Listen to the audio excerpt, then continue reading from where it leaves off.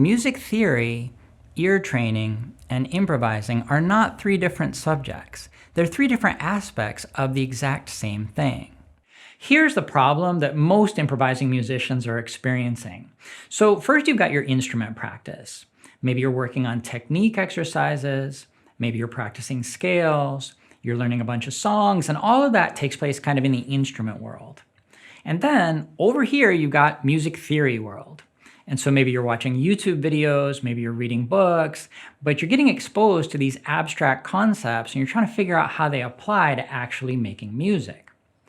And then way over here, maybe you've even done some ear training. So maybe you've downloaded an app, maybe you're quizzing yourself on different musical intervals, and it feels like that's going somewhere, but the problem is that none of this is connected and none of it adds up to being able to actually understand music by ear.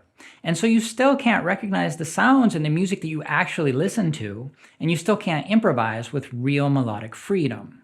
What you need is one clear path that ties all of this together, where your ear training, your understanding of harmony, and your improvising are all synchronized and they're all working together as one.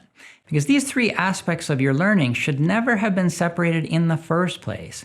Music theory, ear training, and improvising are not three different subjects. They're three different aspects of the exact same thing. And this is what's different about Improvise for Real.